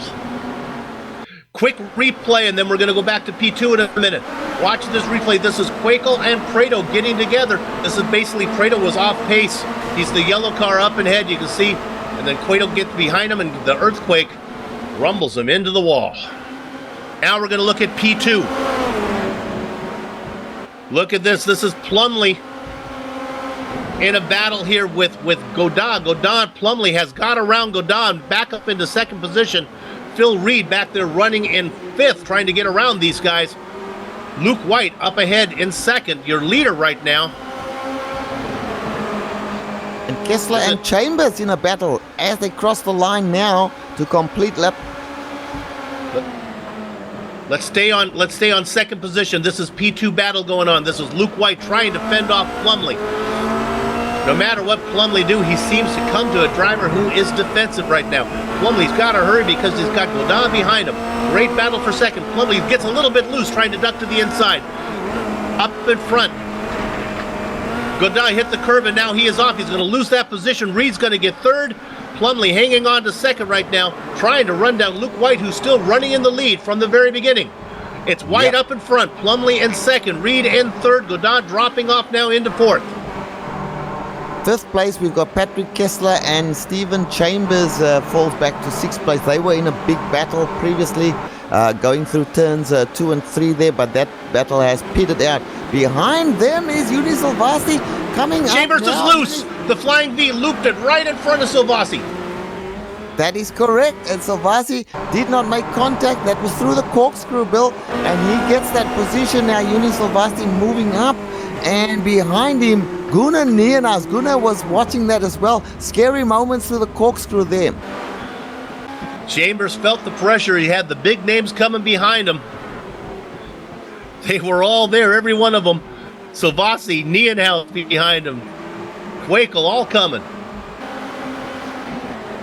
Quakel is in there now. Have a look at Quakel at the moment. There's a big battle. Oh, look at this three-way battle. Quakel gets the worst of it. Off in the sand is Martinson. Quakel now with a little momentum. Martinson is slow. Also trying to go on the outside now in that yellow color car. That's Emery. Emery and Martinson side by side for 10th. Emery, they still stay side by side, watching the whole thing happen in the popcorn position, trying to squeeze through the middle is Tierney. There's no room there, Adam. Adam says, yes, there is. Now he tucks in on the outside. That's a 5-car battle. Tierney tucks back in. Watching the whole thing back there is Martinson, and then the last car in the train is Robinson. Big battles going on here. One car off. Oh, that's McLeod is off. That was McLeod, and I think he was just behind Salvasi at the moment. Maybe I'm wrong there, but let's stick with this battle here. 4 of them. Adam Tierney in front of Adam. Oh, go on. Quakel has had trouble. Has Quakel has he gone to the light? Has he gone to another dimension? Did he reach the incident cap so early? I think possibly so. Remember, it's only 13 X's, and he got there awfully fast. We got to go to the lead as this battle. Luke White trying to fend off the Sugar Plum, Robert Plumley. And I'm here to tell you, Sugar Plum is no fairy. He is battling for P1 at the moment in this sprint race. They're being followed by Jean-Francois Godin. Patrick Kessler is next best with Phil Reed in position 5. So that's your top 5. Battles all over the track at the moment, Bill. And none better than the ones that we were just on before, a little way back. So many to cover. We stay looking at that lead right now, which has settled down a little bit. Luke White out in front with visions of sugar plums dancing in his head, and that is Robert Plumley in second. Godin, who's back there watching Plumley with a great run as they work through the corkscrew. Okay, Not going to happen there. Let's go back to Gunnar Nienaus. He's following Juni Silvasti. They are very, very close, all these drivers. Gunnar Nienaus, then you've got Silvasti. Then, of course, in front of Silvasti, you've got, who is that in front of? That's Reed and Kessler up there. Reed has dropped back to 5th. Kessler doing a great job. Started 6th up to 4th position. He was fast in practice, and he's doing a great job hanging in there. Watch the run, though, now that Reed takes. We'll see what he takes the defensive line as he's got the point leader right behind him, the unit, as they head down into the... Let's go to the lead. This is Luke White and Plumley. They're side by side. White with the white car, Plumley on the outside. Looks like White's going to be able to fend him out. Let's see if Plumley does a little dipsy-do, weaving back and forth, working both sides of the street like a jaywalking mailman, trying to get around White. White, there's nowhere to go. Plumley with a great run now on the inside. Here comes with some momentum as they work their way into corner number 5. And I think they're still, look at the drive that Plumley's going to get off of 5 as they work into 6. Can they go 2 wide through 6? They managed to get it done, but Plumley backs out. Yes, he had to back out. A very scary moment there for Robert Plumley. Luke White, brilliant defense from him on the outside. They go through the corkscrew now. The battle is done for the moment as they come down towards, that's so scary that you're coming down the hill and then you go into that banked right-hander. And now they come to turn number 11, the final turn, and this battle diving is over on the for the inside. moment. Here comes somebody else in on Plumley. That's Godin. But what happened, Godin made a stab at Plumley, but that gave Godin a horrible run through that final corner, and that's going to give Patrick Kessler a great run. Godin takes a defensive line, going to force Kessler to go around the high side. Diving in deep behind them now is Slavasi. All the horseplay up in front has allowed Slavasi and Nienaus to get in this mix. And Phil Reed, don't forget Phil Reed, he's in there as well. He's the one behind Kessler at the moment. They're going towards turn 4, single file at the moment. Here comes Phil Reed. He gives him the short back and sides. Bill, I think he's off track. That's Kessler. Kessler might have got a little bit of the chrome horn. I didn't know these. Oh, and another car spins up in front. Going off, that is the Robert Plumley running in second position. He's in the dirt. He brings it back out in front. There's nobody going to hurt him. He gets it back going. We're going to see the replay on Plumley right now as the car got loose. Plumley was running in second at the time, trying to run down Luke White, giving it all he could. The car just got loose. He did a good job of saving it. A hit on Juni Silvasti from Gunnar Nienaus, and Silvasti off. In the corkscrew. It was Silvasti right behind Reed, and Nienaus got right in behind him and gave him a good punt. Silvasti has spun off. Yeah, that was unfortunate there. And now we've got Gunnar Nienaus being challenged by Kessler side by side into turn number 11 there, the final turn. And I'm pretty sure that Gunnar Nienaus didn't have much choice there. He wouldn't have wanted that to happen at all costs, because our one of our great drivers, Juni Silvasti, is probably out of this race. Well, he's back there, still running. I think Nienaus might have a little bit of damage after that punt that he gave to Silvasti, because here comes Kessler, going to make a run on Nienaus. One more time, Kessler trying to dive in there. This is a battle for 4th position. Things have settled down up front. It is White, Godin, and Reed right now running 1, 2, 3. The real battle is 4th position. Is Kessler trying to... In fact, Kessler has got around Nienaus. I thought it would happen, and sure enough, I think Nienaus' car is damaged after the punt that he gave to Silvasti. Back off, it is Emery who had an issue. That was going through corner number 5. Emery actually he nosed it into the wall as well. Good car to maybe watch from as we watch the replay. If we have time, might be Robinson, who probably had the best view of it. No, we don't have time on that one, so we'll just watch. Emery, what happened? Emery got the left side tires off onto the curb. The car got loose. He was running in 6th at the time. And let's go, when we come back live, let's go now to Uni Silvasti, who has indeed carried on. He's still behind Gunnar Nienaus. I would not be surprised if Gunnar gives up the position to Uni Silvasti. He's got some damage anyway. I think Gunnar actually got the worst of that collision yes, there I think with so. Uni Silvasti. And now Uni gets that position back. Uni up to 5th place. That's good to see, Bill. Silvasti with 14 minutes to make lemonade out of lemons right now. Yes, he was off, but he still has plenty of time to run him down. The next guy he's got to run down is Patrick Kessler, but Kessler has pretty good pace right now. Does Kessler have any chance of catching Reed? Probably not, but let's go up front. Luke White, who has been out in front the entire way, he's been challenged by Plumley, and now he's got another guy to hold off. It's the French-Canadian Jean-Francois Godard. More troubles. Knut Martensen, Gunnar Nienaus was a little slow through turn 5 there. Knut Martensen touched him. He went wide, but he gathered it back up again, and he's lost another position. Nienaus really struggling. In fact, Nienaus gives up one more spot to Lee Robinson. Nienaus really, the car is not healthy right now as he falls back to 8th spot. And he's just looking to finish this race down and pick up what points he can, because, of course, he won the feature race earlier on today. With just over 10 minutes to race, let's go up front again. Luke White doing a great job. He has held the lead the entire time from the green flag to right now. He is being challenged by Godin now in 2nd position. Phil Reed back behind him. They run 1, 2, 3, all within striking position. Reed with about a 5.5 second lead over Kessler. Kessler being challenged by Silvasti. So much going on in the top 5 right now. Looks like the top 3, though, have settled down a little bit. So I think we can safely go back. Yeah, let's go back to 4th. Rich, what are you looking there? This is the battle. Uni Silvasti trying to get that. In fact, Uni Silvasti is in the 5th place. He's trying to get the position from Patrick Kessler. He made a pass. He's on the outside. Kessler defends. Kessler's got the preferred line on the inside. Uni Silvasti will have to wait. Once again, Uni Silvasti's car in good shape after that spin before, but there's no problem that he's got here. Kessler still in front of him. They head towards the corkscrew once again, and this is Uni Silvasti. Can he do anything in the corkscrew? You don't want to try and go too wide there. They come out of the corkscrew.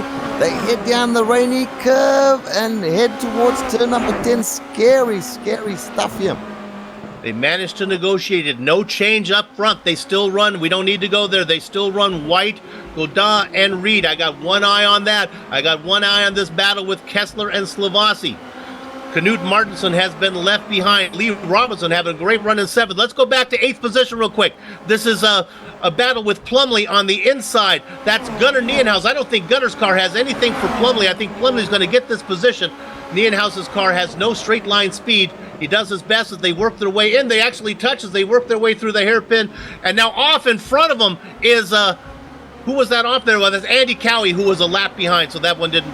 No, it was Robinson. Robinson was off, who was running in 7th position. He drops back to 10th right now.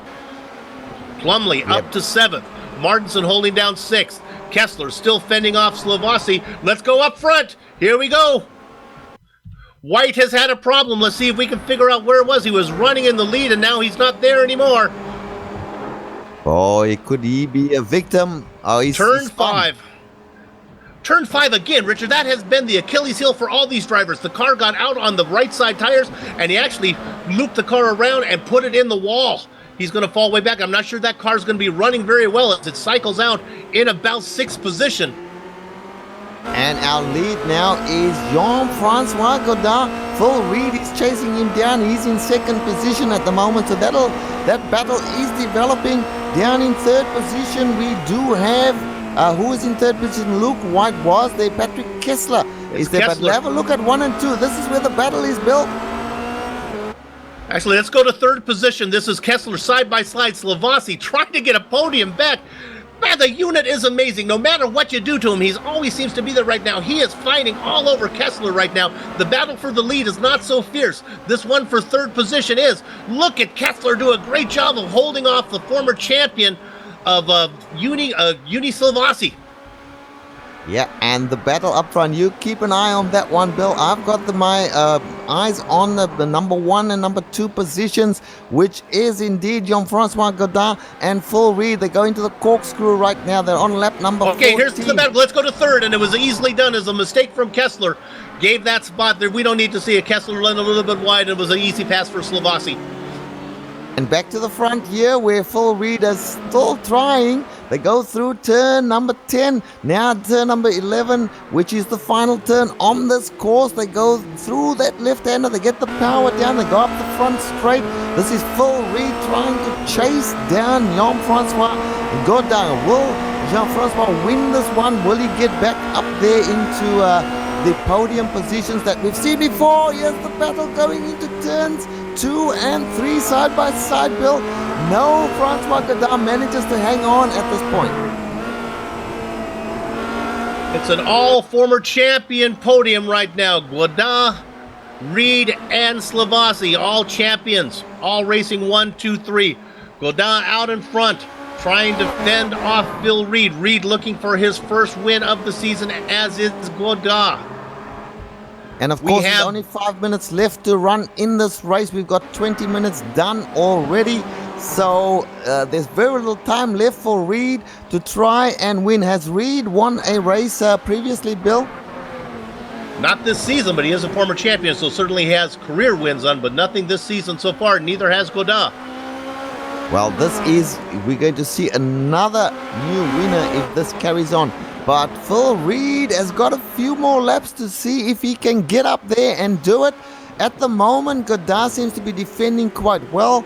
Unless Godin makes a mistake, which we have seen him do, Phil Reed might be able to get him, but Phil Reed has also made mistakes. This track is unforgiving, Bill, so mistakes do happen. Knocking off a full second between second and third is Slovasi, but I just don't think even he has enough time to get there. A 6.5 second gap with only 4 minutes to go.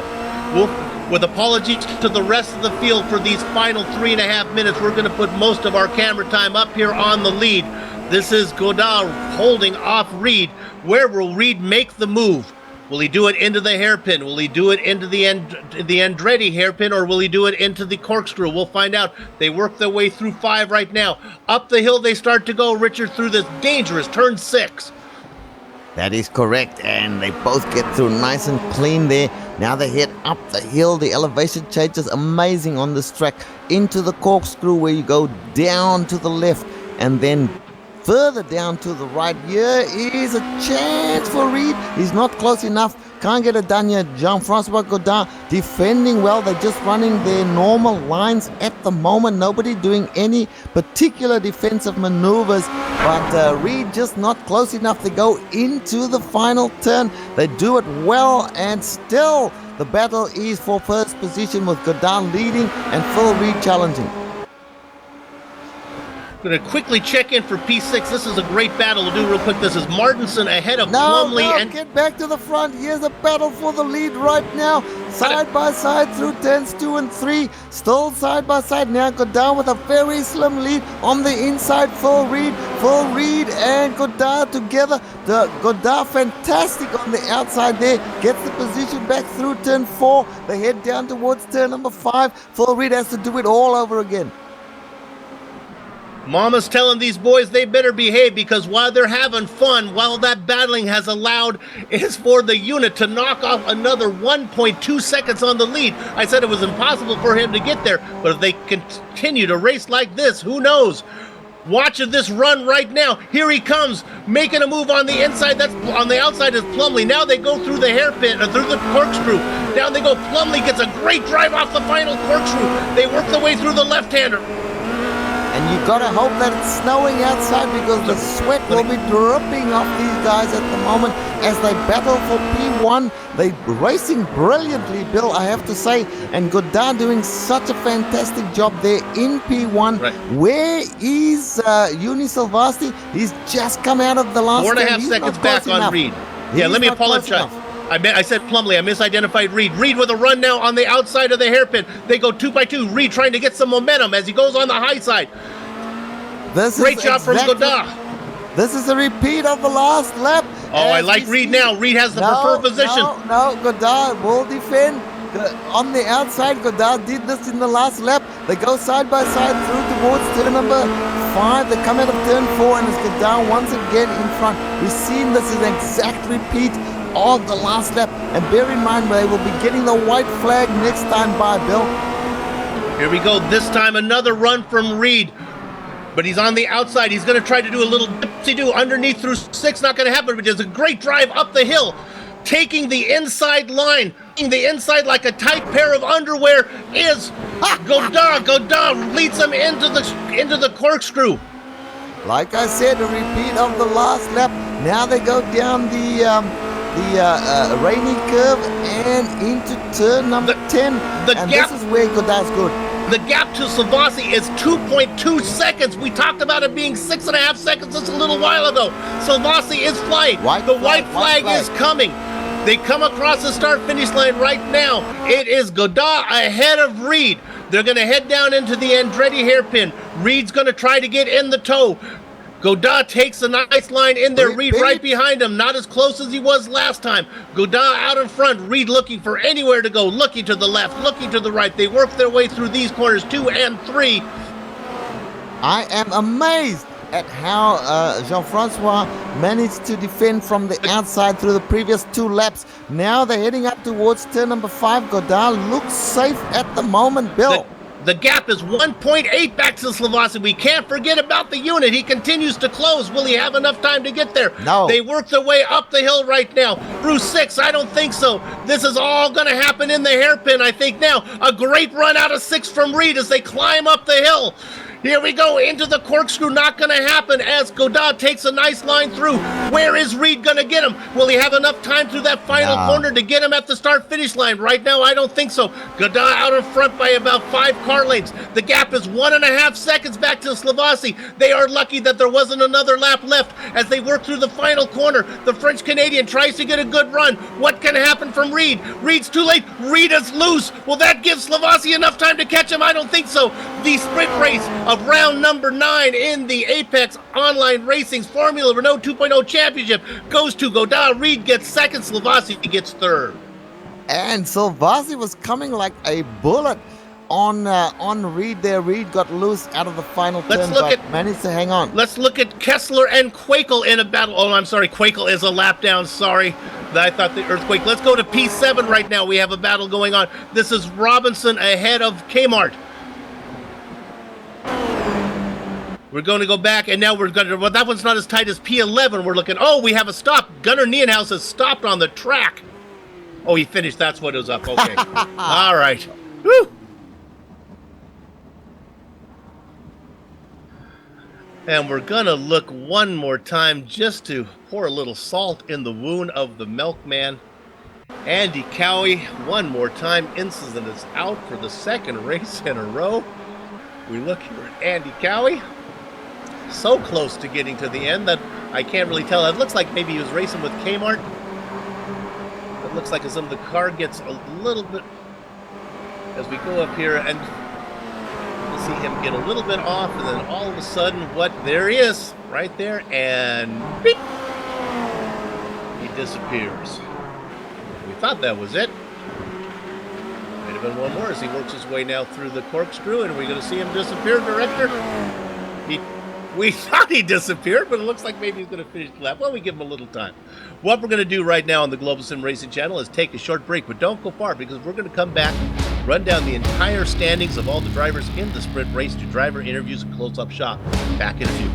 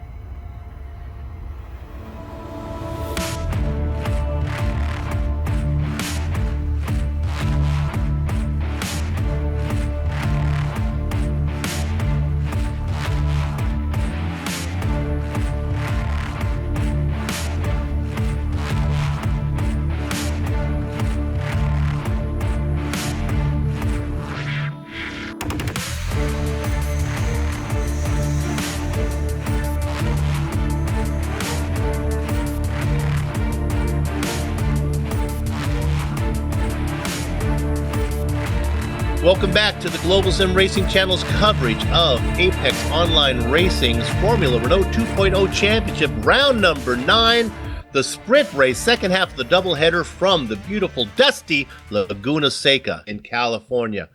We'll run down your finishing order here for this 25-minute sprint race, and there were several drivers who had a chance to win this one, but when it was all said and done, when the dust settled at this dusty track, it was the French-Canadian Jean-Francois Gaudin out in front, able to fend off Phil Reed. Uni Slavasi had some trouble, found himself looped around in the dirt, but was able to bring it back out. If he had one more lap, he might have made a run for the checker flag, going to finish up in third. Patrick Kessler, a great run, started in sixth, brings it home in fourth. Robert Sugar Plumley started in the inside of row 2, brings it home in the fifth position. Nice run from him. Luke White had the lead for a long time, ends up in sixth position after he bled his own blood with a self-spin. Lee Robinson and Kmart Knut Martinson go 7th and 8th. Frederick Beckman didn't see much from him inside the top 10 in 9th, and Ty McLeod rounds out the top 10 for Infinity Racing. Richard? And the winner of the feature race, Gunnar Nienaus, finished up in 11th place. He's the one that got into the back there. I don't think he's to blame in any way. That was just unfortunate. But Gunnar Nienaus in 11th. Adam Tierney finished up in 12th place. Jano Hertz in 13th place. Darren Potter, we never mentioned his name at all, finished in 14th place. Stephen Chambers, we saw him got turned himself at some point there. He finished in 15th. Odd Jonas Vilman finished in 16th place. 17th place, Manuel Hoyer, who was on the second position for the start of the race. He finished in 17th. Silvio Hurt in 18th. Sarah Dove, a nice finish in 19th on the lead lap there. And then 20th place, first of the laps down, Andy Cowan. We talked about drop insurance, also known as pocket points. Well, somebody's going to need to use up what little he has left, and that is Jeroen Quakel, who finishes in the blackjack spot. Not going to have a good points day in 21st position.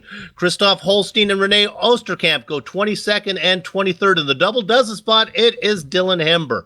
Quarter century mark goes to Evan Emre. Lawrence Suddensteiks to right, and Yannick Nienhaus go 26th and 27th. Rounding out the rest of the field, it was Hugo Prado, who just couldn't get another run through the field like he's had before. Going to finish 16 laps down in 28th. Christoph, last but not leaster, is not last, as he is 29th. The tar in last place is Kerry Nolden in 30th. All right, let's go ahead now and see if we can do some interviews. Let's let Richard talk to our driver who was leading for most of the race, and that was Luke White, who was out there in front until he had a self-spin and cost him maybe the win as he finishes sixth. Go ahead, Rich. Thank you, Bill. Luke, fantastic run. Started off in the pole position in this race there, led for a long time with lots of battling. Tell us about your race there, and of course you finished up in sixth place after a spin there, but just tell us all about it. I could have won. Yes, you could have. Quite honestly, this sounds a bit extreme considering we're in a computer game, effectively, but I was physically shaking. My heart, I could feel beating out my chest, and I cannot remember all of the 15 minutes that I was leading. I can't remember my spin, but I know that I've never spun there before. So I can't really tell you anything. I know it's a bad interview, but it was crazy. I do remember Plumley being close to me and thinking, because I got a slow down and I had a little gap, got the slow down, he was close, had a few goes at me and I kept him at bay. And then it was just a case of keeping JF behind, and then I spun and that was it. Yeah, look, you did a great job. There's no question, and when you watch the broadcast, you will see what a fantastic job you did. And so then slowly you got shuffled back. How about Uni Silvasti coming through there towards the end and on you guys, and just Kessler in there as well. You and Plumley had a great battle, first race and again in that second race there. And look, coming sixth is an achievement on a track that is this tough and this tight. So, congrats, man. You did well. Oh, yeah, no illusions. Sixth with my pace here. This has been my worst track by far. That's an unbelievable result. But the way it's going, I mean, I could have won that. I genuinely could have actually gone and won it. It was crazy. And just a big shout out and a massive thank you to Gunnar Nienhaus, who's been helping me a lot with my pace. And it's weird that the track that I'm slowest at has yielded my best result. So yeah, loads of good battles. Plumley is a great guy and a massively fair racer. So it was great to have a little battle with him as well. Luke, it's super. Let me get you out on this one here. Tonight, in a few hours, when you're going to bed over there in the UK, what would be easier for you to swallow? The fact that you had the lead and you gave it away yourself, nobody to blame but your own, or if you would have been taken out in the lead? Which one would you prefer? What's going to make it easier to sleep tonight? It's always easier to blame someone, especially when it's not yourself. I'm quite prone to throwing a little bit of a fit in the heat of the moment. But I took the spin really well. It happened and I just got back on track and tried to get back into a rhythm. So I actually took it quite well. What I might do is when I'm sleeping tonight is get my missus to punch me really hard on the nose. That's what I was thinking. That's exactly what I was thinking. You wanted I think I deserve that. Hey, congratulations for putting on a good show, and let's see if we can get a win before the season's out. We got 3 more runs at it. Thank you very much. Thanks for all the good work you do, boys. I really appreciate it. Luke White, 6th place finisher today, but had the lead for a long time. Let's go ahead and see if we can bring in. I saw Gunnar there for a minute. Is he still there, or did he? Oh, he left. We were going to talk to Gunnar, who was our feature race winner, and then. Also, maybe talk to him about what happened. Jake Sperry is really nobody we can talk to there. As we're talking, we said the wrong name there. So I guess that's going to wrap it up for us here today, Richard. Unless I think we'll be done. Let's close up shop on this exciting race today. Yeah, just before you do, I haven't been called boy for such a long time. I like it. Okay. Well, we'd like to thank everyone at Apex Online Racing for organizing the Formula Renault 2.0 League and contracting with GSRC to broadcast. We know you have lots of choices when you fly. Thanks for flying GSRC. Thanks to the company's equipment and software that you see on the screen right now that we use on the broadcast. And not only that, the original music that you heard today on the broadcast, well, that's thanks to Eric Eckham and Casey Lalonde. See the screen for how to contact each of them. The AOR returns next week. Man, it is every week, Richard. We have no chance to catch our breath. We're back here again 1 week from today, round 10 from, I'm not sure if, Richard, let's take a second. You like Circus Gilles Villeneuve? Is that a spot you like to go? I don't think Richard does like to go there. He has no comment about that one. Richard's not paying attention to the plugs here. I want to hope all of you are listening. But Richard's not here, but GSRC will be there next week when we go to Montreal for that race. We hope you didn't you hear that? It's too late. You missed it, buddy. If you'd like to find out more about GSRC, including dates and times of upcoming broadcasts, or to arrange for GSRT to maybe broadcast a race of your own, your best bet is www.globalsimracingchannel.com. We're also on Twitter at GSR Channel and Facebook at Global Sim Racing Channel. And now, as we close up shop, on behalf of my mic mate Richard Losper, our director Amjad Yaman, and our camera artist Dougie Beard, I'd like to thank all of you for watching, and there are a lot of you who are watching this. We hope you enjoyed the broadcast. And with that said, we're off to have fun storming the castle. So until next time, race clean, race hard, and we'll see you on the track.